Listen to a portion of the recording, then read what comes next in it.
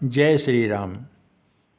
लंका से वापस आकर हनुमान जी श्री राम जी के पास गए तथा वहाँ का पूरा हाल सुनाया।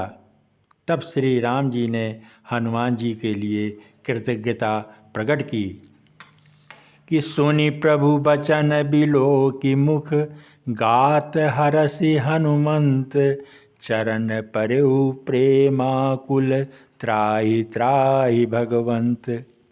प्रभु के वचन सुनकर और उनके प्रसन्न मुख तथा पुलकित अंगों को देखकर हनुमान जी हर्षित हो गए और प्रेम में विकल होकर हे भगवान मेरी रक्षा करो कहते हुए श्री राम जी के चरणों में गिर पड़े कि बार बार प्रभु चाहि उठावा, प्रेम मगन तेहि उठब न भावा। प्रभु कर पंकज कपि के सीसा, सुमिरि सो दशा मगन गौरीसा। श्री राम जी हनुमान जी को बार बार उठाना चाहते हैं, परंतु प्रेम में डूबे हुए हनुमान जी को चरणों से उठाना सुहाता नहीं है।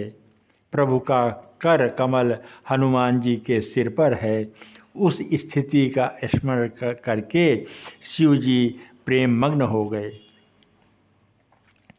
कि सावधान मन करि पुनि शंकर, लागे काहन कथा अति सुंदर। कपि उठाई प्रभु हृदय लगावा, कर गही परम निकट बैठावा। फिर मन को सावधान करके शंकर जी अत्यंत सुंदर कथा कहने लगे। हनुमान जी को उठाकर श्री राम जी ने हृदय से लगाया और हाथ पकड़कर अत्यंत निकट बैठा लिया और क्या कहा कि कहु कपि रावण पालित लंका, केहि विधि दहेहु दुर्ग अति बंका। प्रभु प्रसन्न जाना हनुमाना, बोला बचन विगत अभिमाना। हे हनुमान बताओ तो रावण के द्वारा सुरक्षित लंका और उसके बड़े बांके किले को तुमने किस तरीके से जलाया, ये बताओ। हनुमान जी ने प्रभु को प्रसन्न जाना और वे अभिमान रहित होकर बोले कि शाखा मृग कै बड़ी मनुषाई, शाखा ते शाखा पर जाई। नागि सिंधु हाटक पुर जारा, निशिचर गण बदि विपिन उजारा। बंदर का बस यही बड़ा पुरुषार्थ है कि वह एक डाल से दूसरी डाल पर चला जाता है। मैंने जो समुद्र लांघकर सोने का नगर जलाया और राक्षस गण को मारकर अशोक वन को उजाड़ डाला, ये सब तो है श्री रघुनाथ जी आप ही का प्रताप है। हे नाथ, इसमें मेरी कोई बड़ाई नहीं है, मेरी कोई प्रभुता नहीं है, ये सब आपके प्रताप से ही हुआ है। कि ता कहूँ प्रभु कछु अगम नहीं, जा पर तुम अनुकूल। तब प्रभाव बढ़नावली जारी सकई खलुतूल। हे प्रभु, जिस पर आप प्रसन्न हो उसके लिए कुछ भी कठिन नहीं है। आपके प्रभाव से जो रुई होती है वो स्वयं बहुत जल्दी जल जाने वाली वस्तु है। बड़वा नल को निश्चय ही जला सकती है, अर्थात असंभव भी संभव हो सकता है आपकी कृपा से। कि नाथ भगति अति सुखदायिनी, देहु कृपा करि अन पाइनी। कि सुनि प्रभु परम सरल कपि बानी, एवमस्तु तब कहेहु भवानी। हनुमान जी कहते हैं कि हे नाथ, मुझे अत्यंत सुख देने वाली अपनी निश्चल भक्ति कृपा करके मुझे दीजिए। हनुमान जी की अत्यंत सरल वाणी सुनकर हे भवानी, तब प्रभु श्री रामचंद्र जी ने एवं मस्तु ऐसा ही हो कहा कि उमा राम सुभाऊ जेहि जाना, ताहि भजन तज भाव न आना। यह संवाद जासु उर आवा, रघुपति चरण भगति सोई पावा। शिव जी कहते हैं कि हे उमा, जिसने श्री रामचंद्र जी का स्वभाव जान लिया है, उसे भजन छोड़कर दूसरी कोई बात अच्छी नहीं लगती। यह स्वामी सेवक का संवाद जिसके हृदय में आ गया, वही श्री रघुनाथ जी के चरणों की भक्ति पा गया। कि सुनि प्रभु वचन कहाहि कपि वृंदा, जय जय जय कृपाल सुख कंदा। तब रघुपति कपिपति ही बुलावा, कहा चलें कर करहु बनावा। प्रभु के वचन सुनकर वानरगण कहने लगे कि कृपालु आनंद कंद श्री रामचंद्र जी की जय हो, जय हो, जय हो।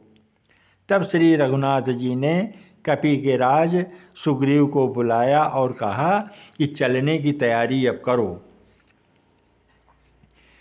कि अब विलंब के ही कारण कीजय, तुरत कपि न कहूँ आयसु दीजय। कौतुक देखि सुमन बहु बरसी, अनभते भवन चले सुर हरसी। अब विलंब किस कारण किया जाए, अर्थात देर बिल्कुल न की जाए, वानरों को तुरंत आज्ञा दो।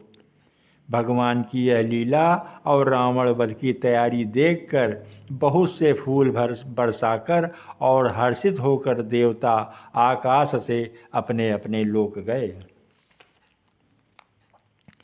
कि कपिपति बेगी बुलाए, आए जूतप जूत, नाना बरन अतुल बल बानर भालु बरूथ। वानर राज सुग्रीव ने शीघ्र ही वानरों को बुलाया। सेनापतियों के समूह आ गए। वानर भालुओं के झुंड अनेकों रंगों के हैं और उनमें अतुलनीय बल है। कि प्रभु पद पंकज नावहि सीसा, अगर जहि भालु महाबल कीसा। देखी राम सकल कपि सेना, चितई कृपा करि राजीव नैना। वे प्रभु के चरण कमलों में सिर नवाते हैं। महान बलवान रीछ और वानर गरज रहे हैं। श्री राम जी ने वानरों की सारी सेना देखी, तब कमल नेत्रों से कृपापूर्वक उनकी ओर दृष्टि डाली। राम कृपा बल पाई कपिंदा, भये पच्छ जुत मनहु गिरिंदा। हरसि राम तब कीन पयाना, सगुन भये सुंदर शुभ नाना। राम जी की कृपा का बल पाकर श्रेष्ठ वानर मानो पंख वाले बड़े पर्वत हो गए। तब श्री राम जी ने हर्षित होकर प्रस्थान किया। अनेक सुंदर और शुभ शकुन होने लगे।